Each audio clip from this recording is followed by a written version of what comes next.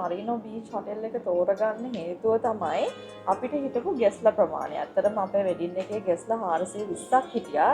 ඉතින් අපි දෙන්නටම ඕන උනේ ඒ අඩුපාඩුවක් නැතුව ඒ ගෙස්ලාව පැක් වෙන්නේ නැතුව ඒ හෝල් එක ඇතුළට දාගන්නේ කොහොමද කියන එක.